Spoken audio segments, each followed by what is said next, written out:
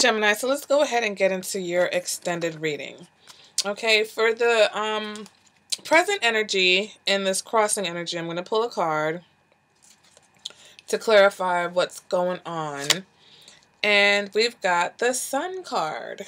Okay, so, I feel like with the Sun card, I think this is just reinforcing your need to have a positive outlook or to focus on the positive, right? The Sun card it sheds a light on everything. And I think that for you right now, the Sun is saying, look, this relationship can be positive, can have potential, can be good if you can see it that way. All right? It's not all bad. It's not all, yeah, the stability and the security may not be there, but there's a possibility that you have to just work on it. Okay. And the fact that, like I said, your theme for this year is putting in the hard work into your relationships and trying to balance your relationship. I feel like that's working into this reading also, right? That something is only as good as you think it can be, right? If you don't think if you don't think something has worth or value, if you don't think something is good, then it's just not going to be. All right. So you have to see this as a potential to grow. You have to see that this situation does have the potential to go the distance, because if you can't get your mind into that, if you can't get yourself into that mindset, if you can't get your mind into that place where you can see that this is the person for you or this relationship is worth the effort, right? Because the Eight of Pentacles is also about effort. So if you can't see that it's worth the effort, then it isn't. All right. And that's like straightforward. All right. Let's go ahead and clarify this Eight of Cups. Okay. And you get the Three of Cups in the reverse. All right, so once again, I feel like this is just about balancing emotions, okay? The Three of Cups represents unbalanced emotions or an emotional block. All right, this is the card of disillusionments. So maybe, once again, it's just about balancing your emotions. And, Gemini, I think we've talked about this with, the twins. If you're just wildly swinging back and forth from one extreme to the other, that can also throw off the balance of the people that are in your life. All right, so you need to find a happy medium with your emotions, okay? It's like right now, you're feeling the Six of Cups, the Ace of Pentacles. The Ace of Cups. So right now, you're feeling in love, you're feeling all good. Then here we go in the future, and you're ready to bolt again. It's like those are two extremes, okay? And what's needed in order to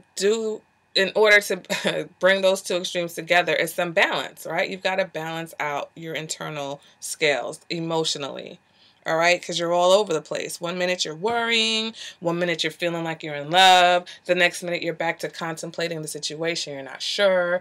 You are throwing off the balance, and you're not projecting a sense of stability and security for the person that's trying to love you back, okay?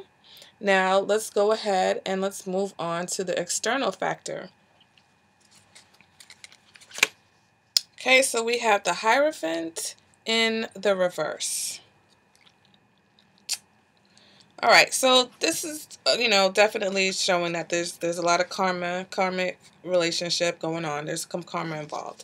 And with the Hierophant in reverse and the Hermit in reverse, I feel like definitely someone is seeing you as untraditional, all right? They're seeing you as someone who may be presenting themselves as emotionally unavailable.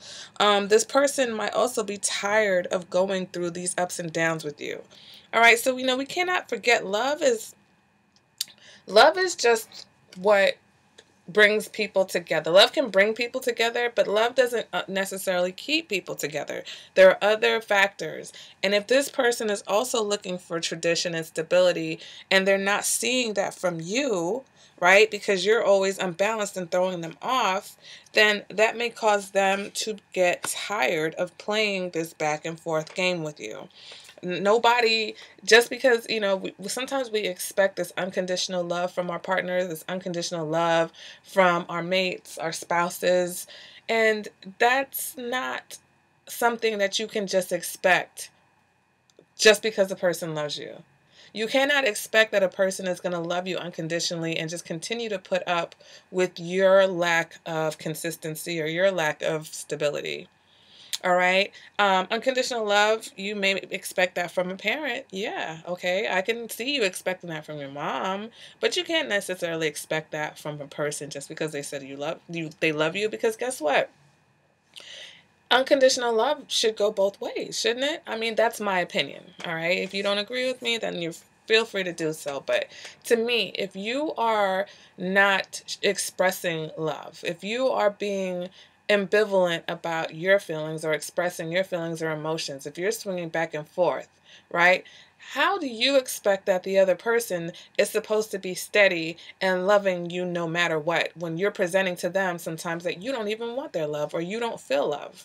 You've got to think about that. It's like we can always see outside of ourselves and look at the other person, but we need to sometimes look within ourselves to see what it is that we are projecting into the situation that's causing it to maybe be off balance or unstable. All right. Moving on, let's go ahead and clarify this outcome card. Okay, so we've got the Nine of Swords in the reverse here. Let's clarify that. And we get the Two of Cups. All right, so the Two of Cups is saying, once again, the Two of Cups is all about balance in relationships. Balance in romantic relationships. This could be the start of a romance, or romance is in the air, all right? So I feel like this Two of Cups is a sign that things definitely can blossom in this situation. And you know what I like about this reading, Gemini, that I see that I haven't been seeing, especially from my Geminis that have been going back and forth with a Capricorn, right? There's a lot of emotions. There's a lot of emotions in this reading. Okay. I haven't done the Capricorn reading yet. The Capricorn is going to be the last reading because Aquarius was first. So I'm interested in seeing what the Capricorn reading is going to say for those, just for those who know what I'm talking about with this pairing. But in general, Gemini, your readings had been lacking a lot of emotion. And I see here where emotion is basically the focal point. Now, it may be an imbalance of emotions, because basically here's where the balance is needed, right? For months and months and months, there was a lack of an emotion. Not to say that you didn't feel anything or they weren't there, but they were not being shown. They were not seen. They were not present in your readings. And now here we go, February 2018, flooded. Okay, you are flooded with emotions. It's like you're letting the floodgates open. But here in the future, it's almost looking like you're trying to reverse that. So find a way to balance that. It's like you go from being so in love to not caring, so in love to I really don't care. And it's like that is excruciating to deal with for the other person.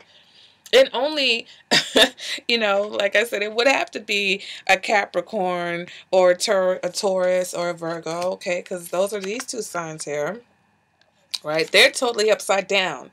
So you're throwing off everybody in this situation. All right? If you're a Gemini and you have a Capricorn and a Virgo coming at you, or you're dealing with a Capricorn and a Virgo, you've got them out of balance too. All right? For some of you, it would take an earth sign. An earth sign who is all about providing stability and all about being stable and standing their ground. All right. A water sign probably would have been like, I can't do this. You know what I'm saying? I just can't. And that's just me being silly.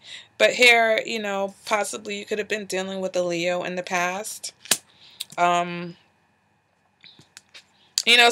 of you might be dealing with the water sign. Could be. We've got this Page of Cups in reverse over here. So there are, of course, there's Geminis who are dealing with water signs. But this reading is more about, I think, you balancing your emotions than anything else.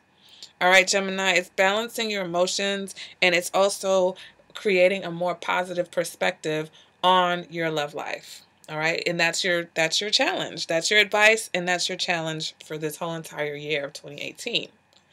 So I think that, I mean, that's easier said than done. We all know that, right? It's easier to tell somebody what to do than to actually get it done. And if this is something that you've been dealing with for a long time, you know, and not necessarily within this relationship, then of course, it's not that simple. It's not as simple as snapping your finger and say, oh, yeah, my emotions are balanced now. I think I'm good to go. But if you can recognize that and take the steps to start working in a more positive direction, then that's everything, okay? Because it's all about taking those first steps, right? Once we take those first steps, it's like that's when all the possibilities open up towards us. You take some steps towards this person in your life, they take some steps towards you. And next thing you know, you have that closeness that you're actually craving right now, that you're feeling right now, whether you're expressing it or not. You want closeness. You want love. So don't push people away with this unemotional, I don't care type of vibe that you have if you actually want them to come closer. And sometimes that's a defense mechanism, right? Sometimes we have that defense mechanism where we're like, you know what? I don't want to get hurt. Okay, because that's where that Nine of Swords keeps popping up in your readings. It's popping up in your yearly reading. You don't want to get hurt. You don't want to be hurt again.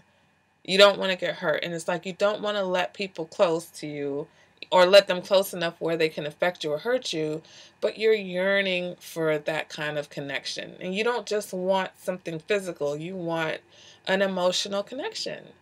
All right. And in order to do that, you know, and I feel like this is a recurring thing for a lot of these readings, is being vulnerable. I know that was in the Aries reading. You have to open up. You have to learn to be vulnerable. We all do. You know, we all have to get to a point where we are able to allow people to see us at our best and sometimes at our worst. Because that's when we really need the love, is when we're at our worst. You know, when we're feeling low, when we're down, that's when you need love, right? But that's not the time to hide ourselves from the world. And that's what we tend to do. You know, that's what we've been kind of trained to do. It's like nobody wants to see you. Nobody wants to see you cry.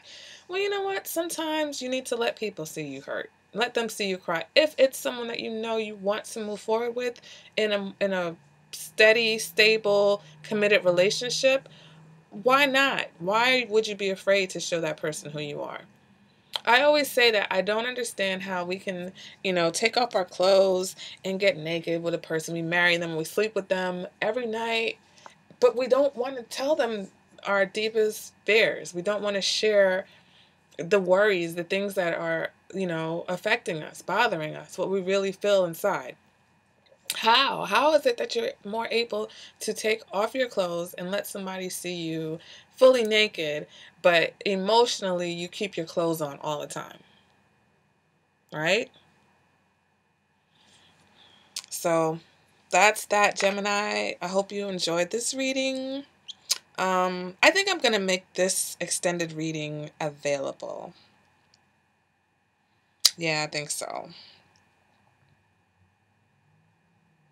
And that's that. So I'll see you guys at the next reading.